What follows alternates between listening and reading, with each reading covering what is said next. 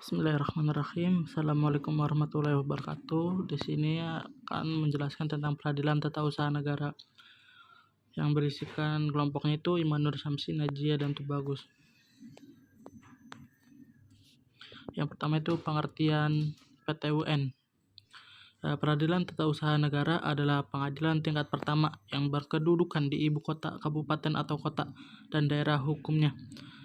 Meliputi kabupaten atau kota. Sementara pengadilan tinggi tata usaha negara itu peradilan tingkat banding yang berkedudukan di ibu kota provinsi dan daerah hukumnya meliputi wilayah provinsi.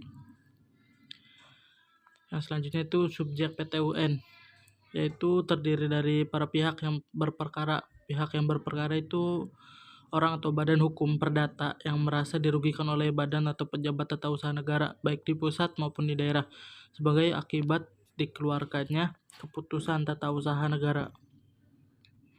Nah, selanjutnya itu tentang asas-asas PTUN. Yang pertama itu ada asas legalitas, ada asas tidak boleh menyalahgunakan wewenang atau kekuasaan atau disebut determinant du pouvoir.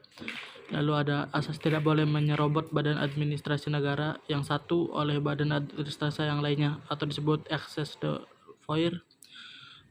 Selanjutnya ada asas kesamaan hak bagi setiap penduduk atau asas non-diskriminatif. Selanjutnya ada asas upaya memaksa atau bersaksi sebagai jaminan bagi pejabat kepada hukum dan negara. Lalu ada asas kebebasan atau fresh air mission, yaitu badan-badan administrasi negara yang diberikan kebebasan dalam menyelesaikan masalah yang menyangkut kepentingan umum.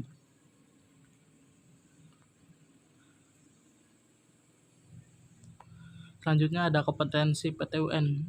Kompetensi atau kewenangan suatu badan pengadilan untuk mengadili suatu perkara. Departemen di realm atas kompetensi relatif dan kompetensi absolut. Kompetensi relatif berhubungan dengan wewenang peradilan untuk mengadili suatu perkara sesuai dengan wilayah hukumnya. Sedangkan kompetensi absolut itu kewenangan pengadilan untuk menjadi suatu perkara menurut objek materi atau pokok sengketa. Lalu ada objek PTUN. Menurut pasal 1 angka 3, keputusan tata usaha negara adalah suatu penetapan tertulis yang dikeluarkan oleh badan atau pejabat tata usaha negara yang berisi tindakan hukum atau tata usaha negara yang berdasarkan peraturan perundang-undangan yang berlaku, yang bersifat konkret, individual, dan final, yang menimbulkan akibat hukum bagi seseorang atau badan hukum perdata. Baik, selanjutnya kepada Saudara Imanur Syamsi.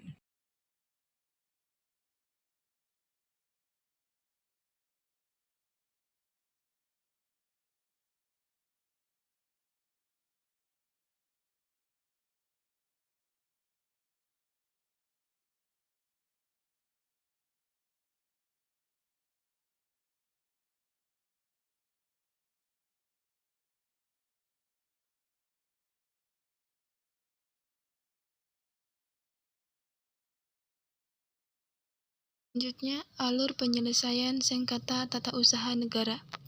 Upaya administratif, keberatan dan banding administratif. Gugatan melalui PTUN.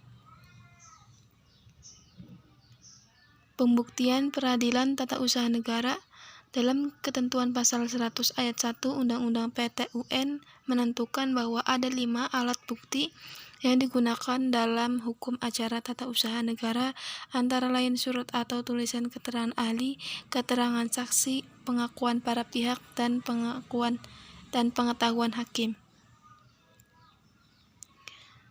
Selanjutnya putusan PTUN. Menurut Sudikno Mertokusomo, putusan hakim merupakan suatu pernyataan yang oleh hakim sebagai pejabat yang diberi wewenang itu diucapkan di persidangan dan dipertujuan mengakhiri atau menyelesaikan suatu perkara atau suatu sengketa antara para pihak.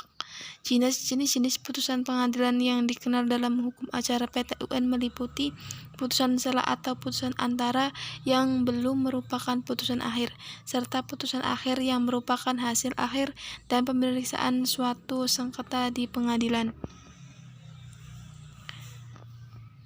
Upaya hukum PTUN. Upaya hukum merupakan hak dari pihak yang dikalahkan untuk tidak menerima putusan pengadilan yang merupakan perlawanan atau banding atau kasasi atau hak untuk mengajukan permohonan peninjauan kembali dalam hal menuntut cara yang diatur dalam undang-undang. Upaya hukum terhadap putusan pengadilan ialah usaha untuk mencari keadilan pada tingkat pengadilan yang lebih tinggi dari pengadilan yang menjatuhkan putusan tersebut. Upaya hukum yang tersedia dalam hukum acara peratun adalah sebagai berikut.